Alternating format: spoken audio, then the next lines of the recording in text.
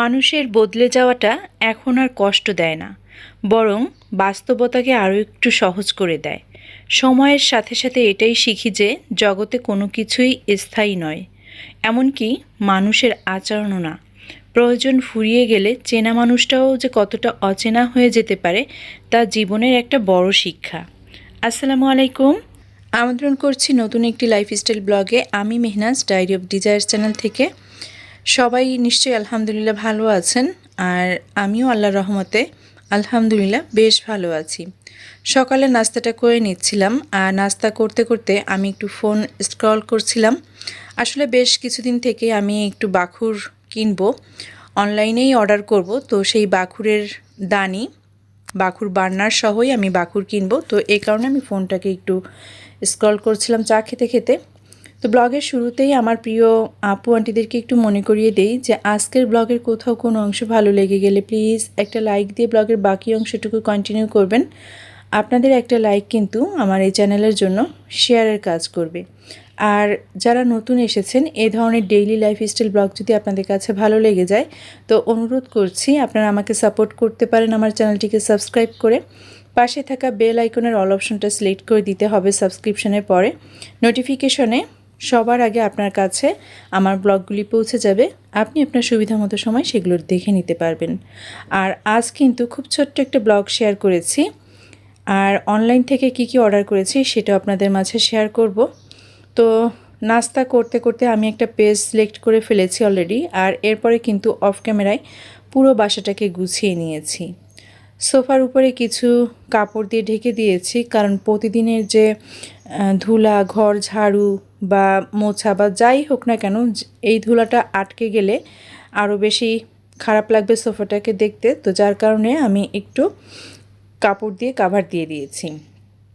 বাচ্চাদের রুমটাও গুছিয়ে নিয়েছি। মোটামুটিভাবে আমার বাসা গোছানো সব শেষ। আর বাচ্চাদের কাপড়গুলো এভাবে একটু টেবিলের পরে মেলে রাখি। ওরা তো সকালবেলা নামাজ পড়ে যায়, বাসা থেকে বের হয়, তো দেখা যায় যে এই অজু করতে গিয়ে দুজনের জামা কাপড় বেশ কিছুটা ভিজিয়ে ফেলে। তো আমি আবার এভাবে একটু মেলে দিয়ে রাখি, শুকিয়ে যায়। এরপরে ওদেরকে নিতে আসলাম স্কুলে। তো যাওয়ার পথে আমি এখানে শাপলা কিনলাম, কলমি শাক কিনলাম, আর এখন রিক্সা করে দুই বাচ্চাকে নিয়ে বাসার দিকে চলে যাচ্ছি। তো এখানে যেতে যেতে দেখলাম যে আশেপাশে তো সব স্কুল ছুটি হয়েছে, কেউ বাবার সাথে কেউ মায়ের সাথে যাচ্ছে। তো ইনি আমার এক পরিচিত ভাবি, ওনার সাথে দেখা হলো অনেক দিন পরে, একটু কথা হলো, হাই হ্যালো। তো ওনার রিক্সাও টান দিল, আমাদের রিক্সাও চলে যাচ্ছে। এই তো আজ ছিল সোমবার। তো সোমবার দিনটা কিন্তু সপ্তাহের ভেতরে আমার জন্য বেশ একটা ব্যস্ততম দিন। তো আমি কিছু বাজার আবার নিচ থেকে করে নিয়ে আসলাম। লেবু কেনা হয়েছিল না, মনে ছিল না, লেবু নিয়ে আসলাম। বাচ্চাদেরকে বাসার সামনে নামিয়ে দিয়ে আবারও আমি হেঁটে গিয়ে ওদের জন্য খাবার কিনে নিয়ে আসলাম আর লেবু কিনে নিয়ে আসলাম। দুইটা বাচ্চাই আমাকে বলছে যে তারা বাসার কোনো খাবার খাবে না। তো কি করব, এই যে লাইফ বেকারি থেকে কিন্তু আবারও এই খাবারগুলো ওদের জন্য নিয়ে আসলাম। আর সাথে অবশ্য ললি এনেছিলাম, তো ললিটা পরে খাবে। আর এই কয়েকটা দিন যে এত বেশি গরম পড়েছে, মারাত্মক গরম পড়েছে যেটা বলার না। রোদ থাকা অবস্থায় কিন্তু আকাশে বৃষ্টি হয়, আর তারপরই মানে প্রচণ্ড লেভেলের গরম পড়ে, যেটা সহ্য করা যায় না।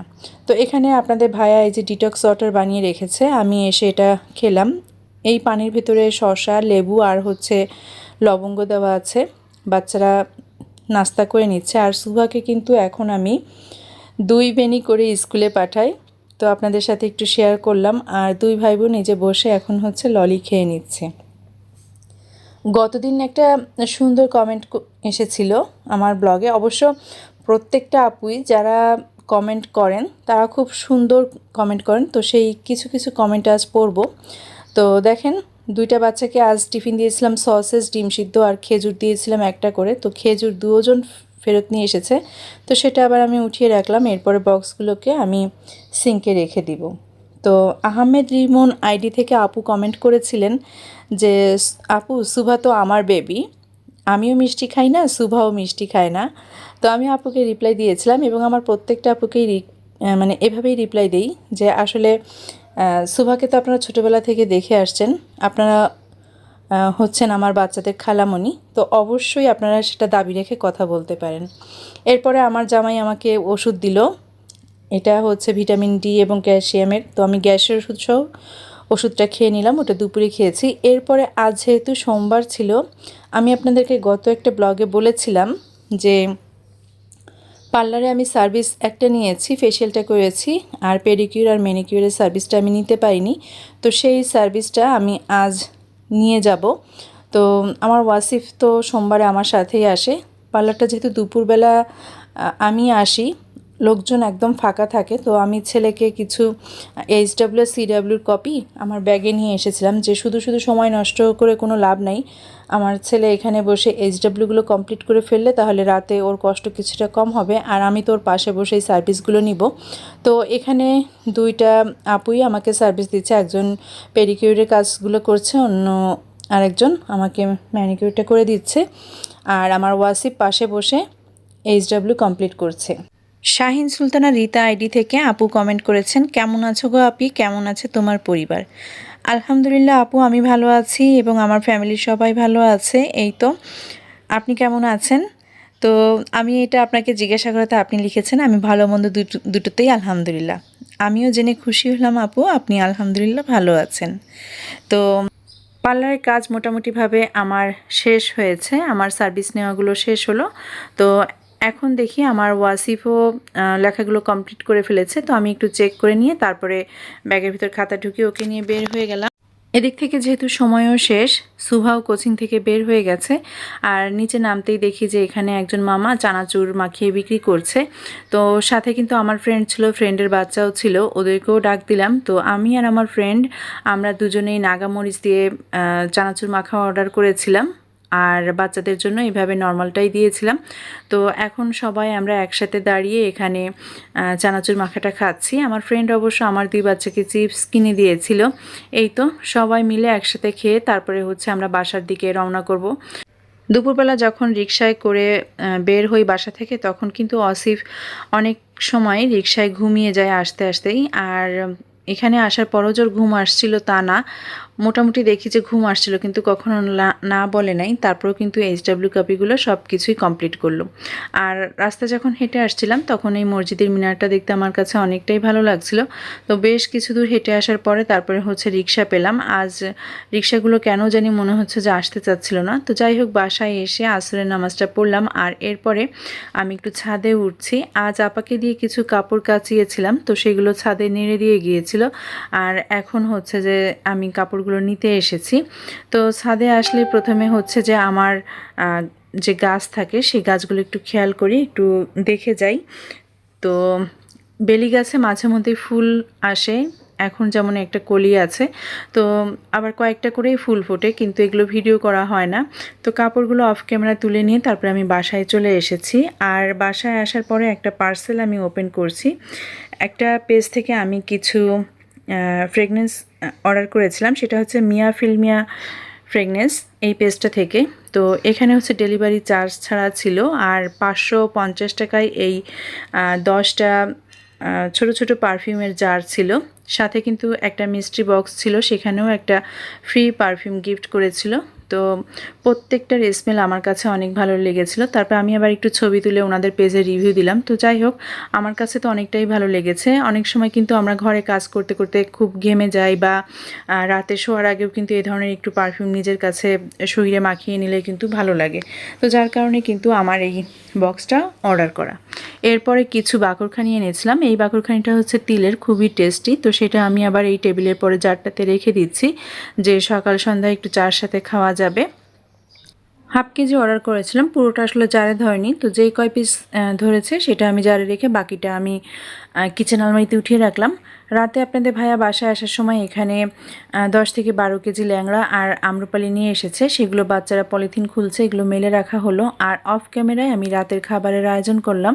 বেশ কিছুদিন থেকেই আমি আর আমার জামাই রাত্রে ভাত খাচ্ছি না, তো এটা দেখে কিন্তু বাচ্চারাও খায় না।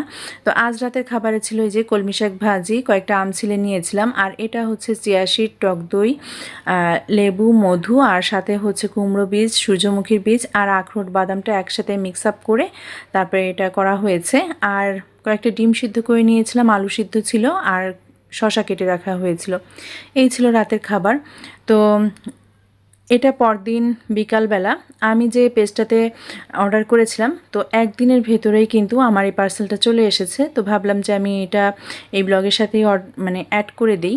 তো যে পেজটা থেকে নিয়েছি সেটা হচ্ছে যে এলিট ইটর। তো এটা আমার কাছে খুব ভালো লেগেছে। তো এখানে বার্নার রয়েছে, বাখুর রয়েছে, টুইজার রয়েছে, একটা লাইটার রয়েছে, আর হচ্ছে চারকোল বা কয়লা রয়েছে। এই তো তো সব কিছু মিলিয়ে আমার এখানে হচ্ছে 2370 টাকার জিনিসপত্র রয়েছে। আমি এখন বাখুরটা জ্বালাবো। আমাদের ঘরে অনেক সময় কিন্তু ভ্যাপসা গন্ধ থাকে, অনেক সময় দেখা যাচ্ছে আমরা মাছ কেটেছি, শুধু মাছই আসছে, গন্ধ লাগছে, বা গরমেও অনেক সময় এরকমটা লাগে। অনেক সময় দেখা যাচ্ছে যে ফ্রিজ গন্ধ হয়ে যায়, ফ্রিজটা খুললেও কিন্তু একটা দুর্গন্ধ বের হয়ে আসে। তো সেক্ষেত্রে কিন্তু আমরা একটু কোনায় এভাবে বাখুর জ্বালিয়ে রেখে দিলে না স্মেলটা অনেকক্ষণ থাকে। তো আমি জ্বালিয়েছিলাম, আমার কাছে মনে হচ্ছিল যে খুব প্রশান্তিময় একটা সময় আমি পার করছি, নিজের কাছে অনেক পজিটিভিটি কাজ করে, এরকমটাই আমার কাছে লাগছিল। তো আমি সফট আর মিষ্টি একটা স্মেল আসবে এরকম একটা বাখুর আমি অর্ডার করেছিলাম। আর আমি যে পেজটার কথা বললাম, এই পেজটাতে আপনারা গেলে বুঝতে পারবেন যে এখানে বিভিন্ন স্মেলের বাখুর রয়েছে, সাথে কিন্তু এই ধরনের কয়লার যে বাখুর বার্নার সেটা রয়েছে, আবার ইলেকট্রিক বাখুর বার্নারও রয়েছে। তো আমার কাছে এটা ভালো লেগেছে, এটা নিয়েছি। আর আজ ছিল মঙ্গলবার, রান্নাবান্নার কাছে যেতে ইচ্ছা করছিল না, যেহেতু আমরা রাত্রেবেলা ভাত খাচ্ছি না। তো আপনাদের ভাইয়াকে বললাম যে আজ বাইরে থেকে অনলাইন থেকে খাবার অর্ডার করো। তো ও হচ্ছে এই যে ফ্রাইড চিকেন অর্ডার করেছিল। তো এখন হচ্ছে যে আমরা বিকালবেলা নাস্তাটাও এটা করে নিব, আর সাথে হচ্ছে রাতের জন্য রেখে দিব। আর এত বেশি ছিল যে এটা বুধবার সকালবেলা বাচ্চাদের স্কুলের টিফিনও পর্যন্ত হয়ে গেছে। একটু খেয়াল করেন, দেখেন এখানে আপনাদের ভাইয়া যখনই তার পিসটা নেওয়া হচ্ছে সে কিন্তু এই বক্সের কাভারটা দিয়ে ঢেকে দিচ্ছে। সে যে বোঝে না যে আমি যে ভিডিও করছি বা ব্লগের জন্য রেডি করছি, সে সব সময় কিন্তু এমনটা করে। যখন দেখে যে আমি লাইট জ্বালিয়ে কোনো কাজ করছি ভিডিওর, সে এসে পট করে কিন্তু লাইটটাকে অফ করে দেবে। তো এরপর আবারও আমাকে ওই ভিডিওর ফুটেজটুকু নিতে হয়।